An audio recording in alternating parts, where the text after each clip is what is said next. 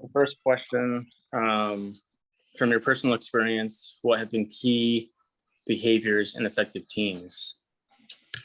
I actually really like the paper that we read on Google, because I've, at least for me in my experience, I very much found that the team B is what does work, because I'm much more of a introvert and shy in group settings, but having a team or people that listen and don't, and because everyone's going to have that like A type personality, there's going to be one at least, but having the opportunity for everyone to be able to give their opinions, to be valid, for people to be able to recognize when someone might be uncomfortable or if they want to say something is important. So I just think having that self-awareness of others is really crucial for an effective team.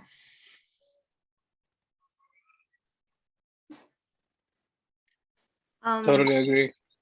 Yeah, something that I can add for an effective team is that there always has to be like a leader, probably not that has the right or like always, but someone that say like, okay, it's your turn to talk, and then it's your turn to talk, and like to lead in that time, because I've been in teams that everyone just talks and interrupt each other, and we can be like 2 hours. That happens in my stake in some of the meetings, not all of them, depending on who I am with. But so everyone's just start speaking and interrupt each other, and we can be 2 hours and not getting to at any point. So I think it's very important to have someone that says like, okay, it's your turn, then it's your turn, like enough, or something like that. I can totally see that, like a facilitator, even in those type of meetings. Yeah, that's true.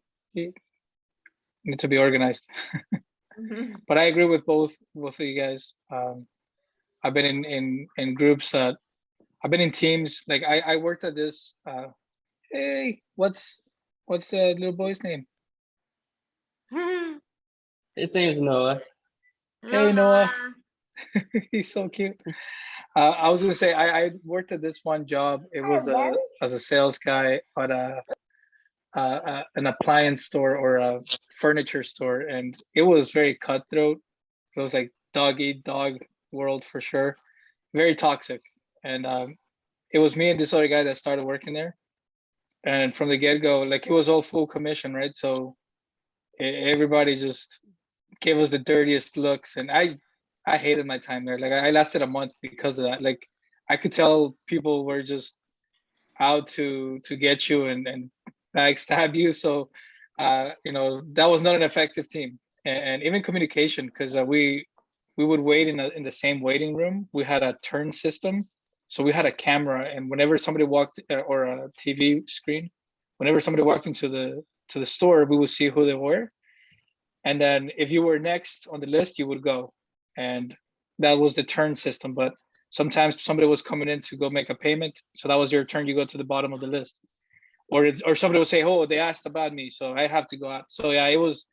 But just being there was so awkward. Like nobody would talk to each other. Everybody just on their phones, and I'm just like, yeah, I don't like this. This is this is not a team. This is every man for themselves. So yeah, another thing that some team members or teams do is that they focus more on what are they doing wrong and just like complaining about things.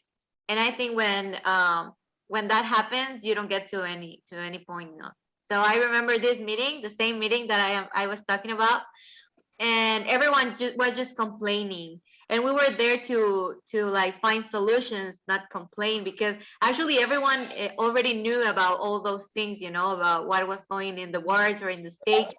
So I got really frustrated, and I got to a point that I just stood up and I was like, hey, let's see what we can do, not just keep complaining, you know. But that happened after 2 hours, and I was just like very, very like, I don't know. It was very, I didn't like it at all.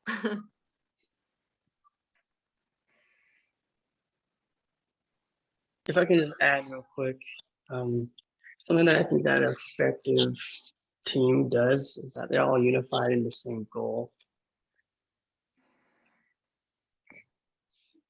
Yeah. Definitely.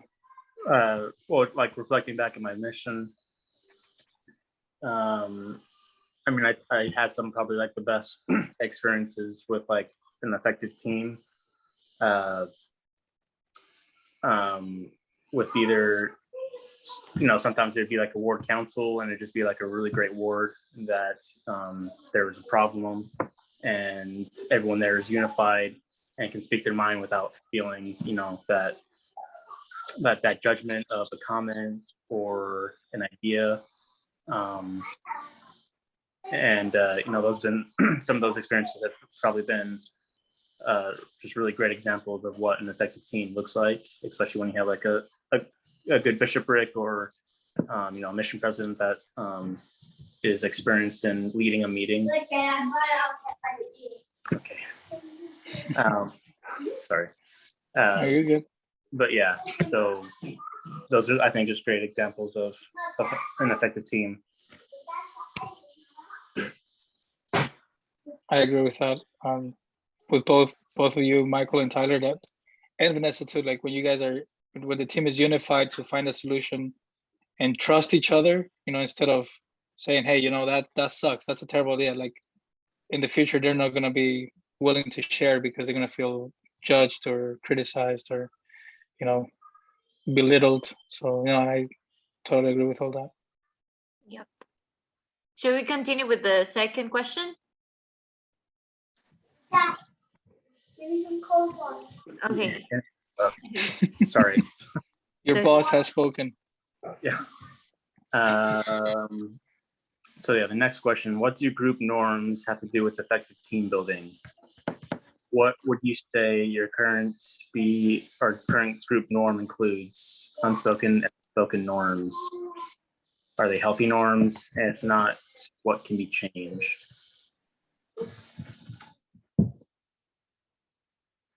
I feel like it's really early to tell, at least for me. This is my first meeting. But I mean, we started off with just like a chit chat and kind of broke the ice with just getting to know one another a little bit, which is, I think, a good norm to keep. Ask how our weeks have been and just build that unity and closeness. Yeah, I think something that can help us, even though you might feel like, oh, my kids are here like yelling or something, is that we can actually identify or get more like empathy with each Relate. other, you know, relate. Thank you.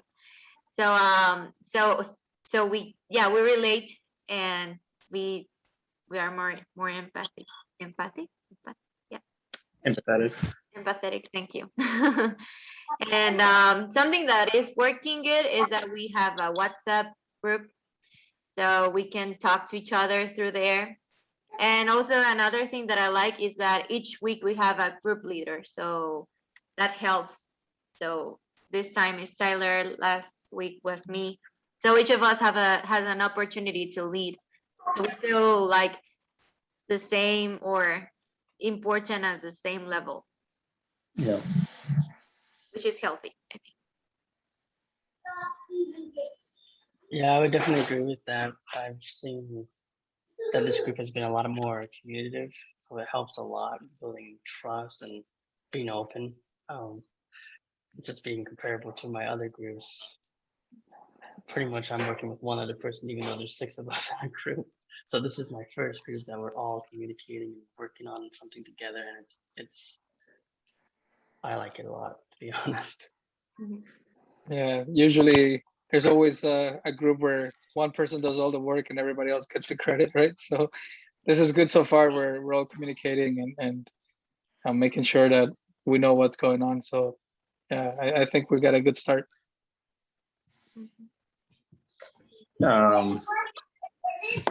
Like I said, I think it's too early, but are there any unspoken norms that we need to change?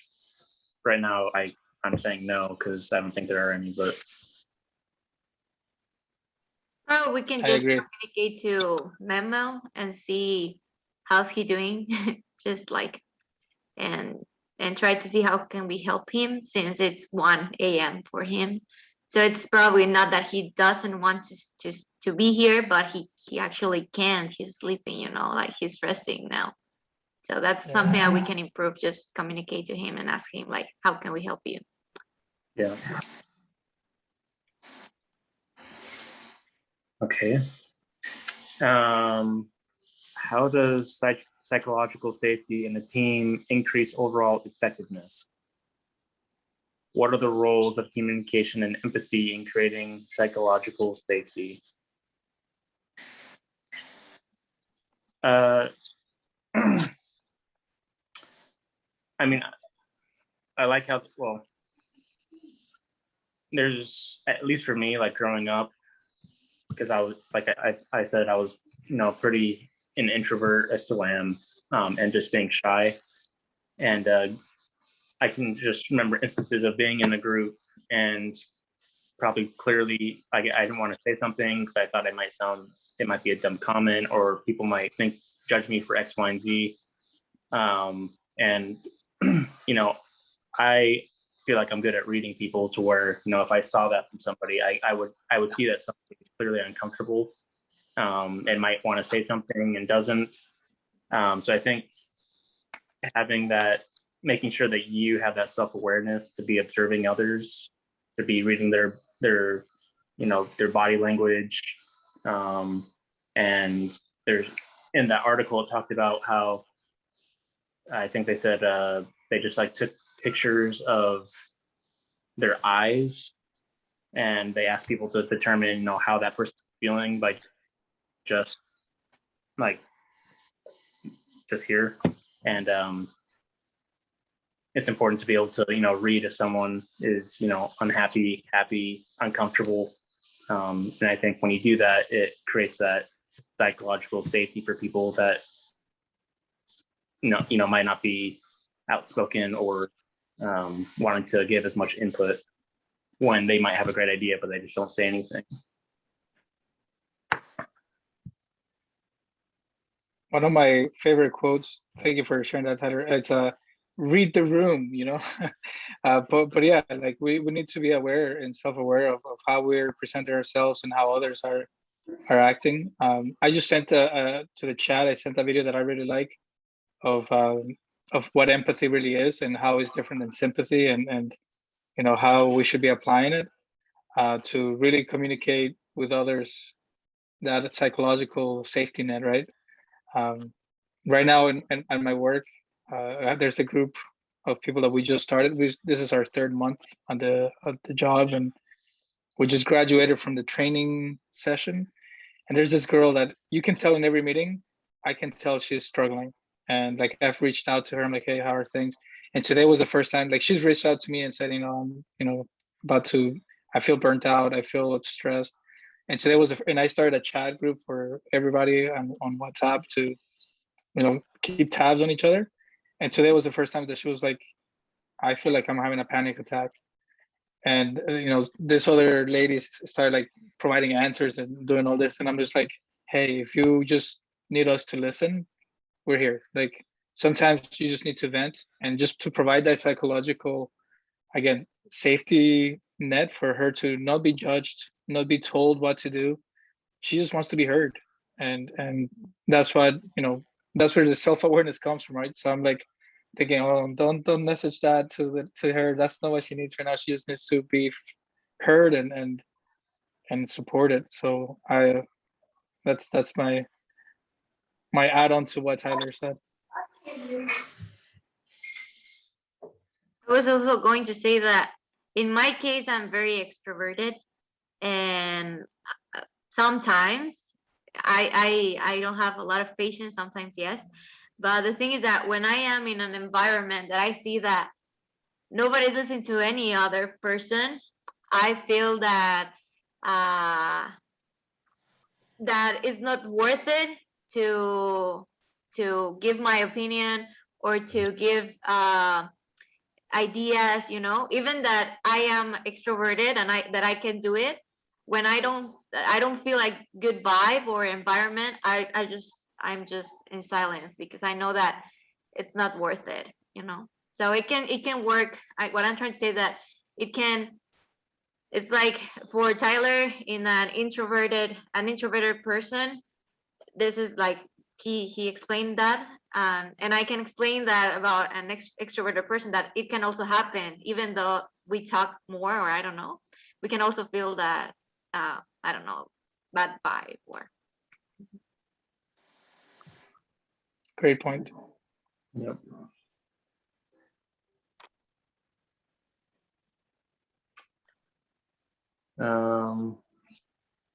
What are those? So how does sharing personal experiences and being vulnerable influence team dynamics?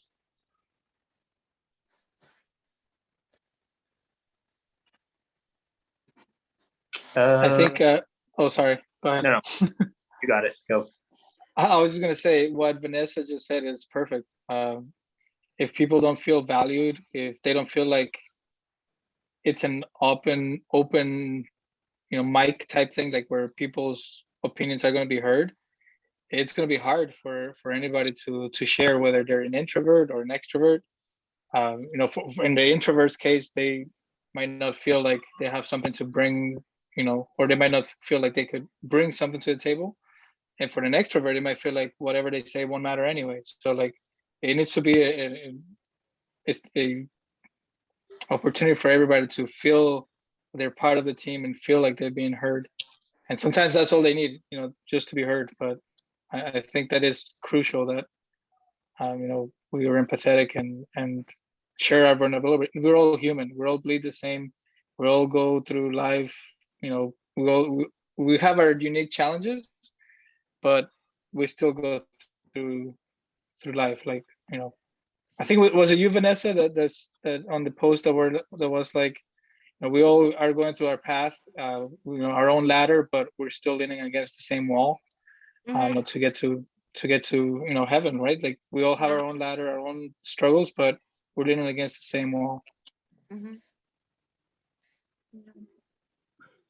I think talking about experiences, sometimes sharing a personal experience can help others to see our weaknesses and strengths in an indirect way. Like, I don't know, if I explain or tell you a personal experience, and I did something right that I don't even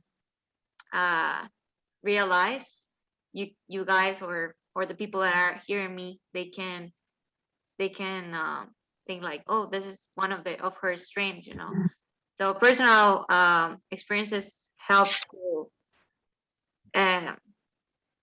to better know the other person too.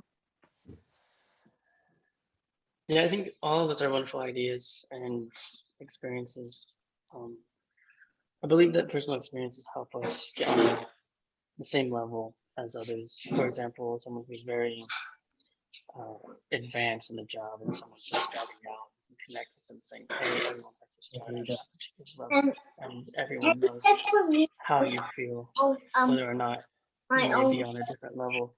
They can understand that you've gone through those same frustrations as well, and that they can lean on you to help them progress further. The example that you guys gave pretty much summed it all up, and wonderful experiences. So thank you.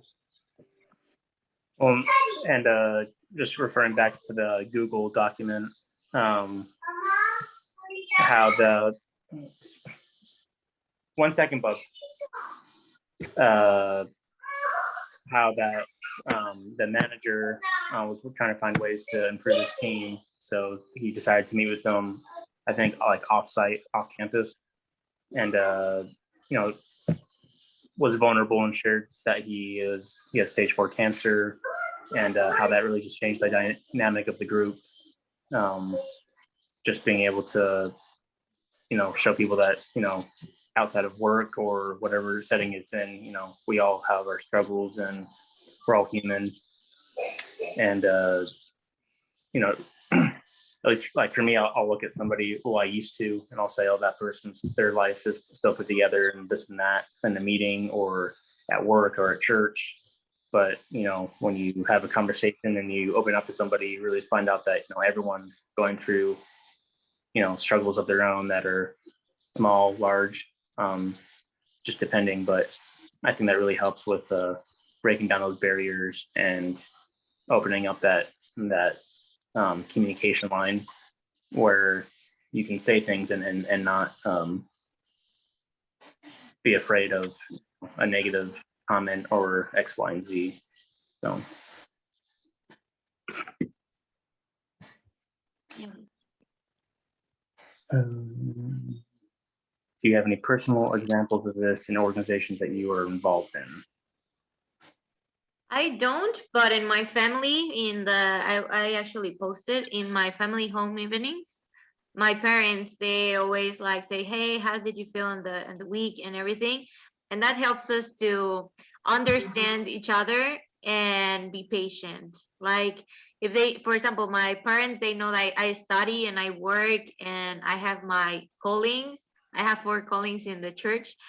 So when I explain what I'm doing all the week, they can understand and they can be more patient, or actually they help me, you know. So I think it really helps so people can uh, behavior in a good way, like with you. And also something that I found very interesting is that this manager, he thought everything was okay, you know, because I think he never asked before. So and then when he realized things were not okay, that the team was not feeling good, then that's when he uh started to share with others what was happening in his life. So I think sometimes people won't tell us how they feel, but as Mao was telling us, like we can be that person that asks, hey, how are you? And not just for them to ask, oh, I'm fine, but to really ask for, so they can feel that someone can hear them.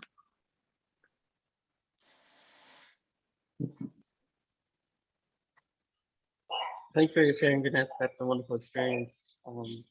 Just to reflect back onto my work experience to answer this question, I started pretty much on the bottom of the chain, and then I worked myself up. And a lot of times, the people say it's a lot of manual labor and it's too stressful, it's too hard, and I can relate with them, and I can help them understand that I understand how they feel, and I'm more than happy to help them get through that so that they can get up to maybe the position that I am one day, which would be wonderful. Other topics or examples could be, like you were saying, church callings, being always available to present yourself at the church calling, waking up early in the morning, and being present to be able to help other leaders or members of the church. That's just stuff that came through my mind when you were sharing your experience.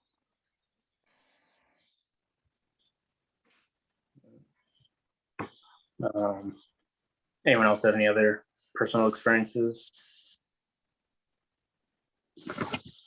Okay, so the last question, what can we do as individuals to initiate effective team behavior?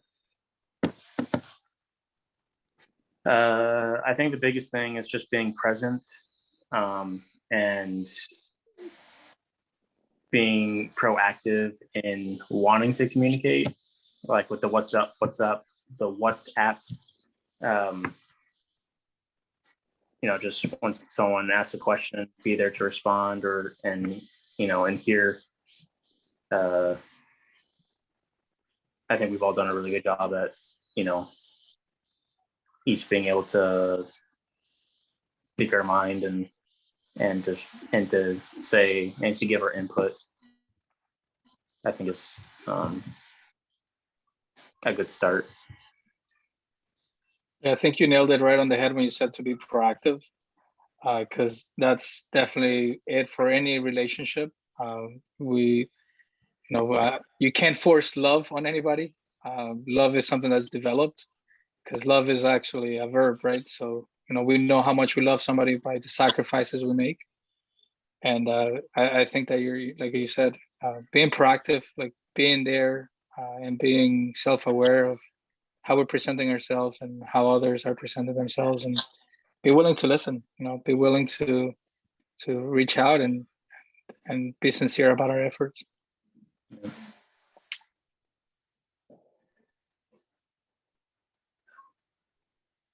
I think something that what was addressed before is helping Namo is his name. It's really hard to Yeah, we don't know how to say it. just maybe reaching out to him on a daily basis, because like Vanessa was saying, it's 1 o'clock his time, something like that, which obviously would be pretty hard to be in these video chats with us.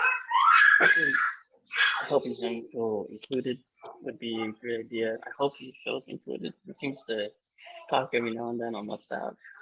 And something that I could do is be more active on WhatsApp as well. I tend to just read you guys' messages and follow along.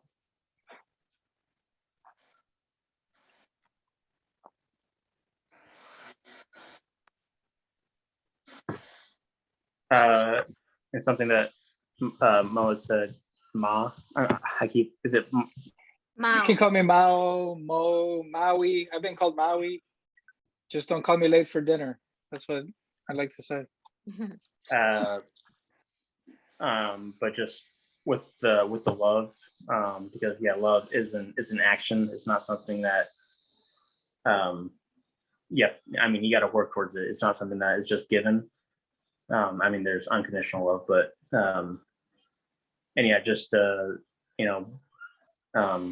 just having that, being proactive and wanting to, before our meetings, to have the chit chat and see how our weeks are going, and just to get to know one another on, a little bit, not so much a superficial basis, but a deeper connection is important. So.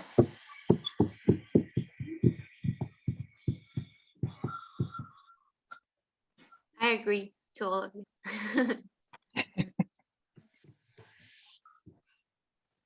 Thanks again, everybody. I don't know, is that it? Do we need a closing prayer? Sorry, I don't mean to close the meeting down here, but I'm just wondering what are the steps? Yes. So it just says if we have last comments. If not, we are ready to close the meeting. So we have 2 more minutes in case someone else wants to add something. If not, we just close the meeting or the recording, and then we just say goodbye to everyone. So Do we want to determine who's going to be next week's leader? I think you're told by the prof. yes,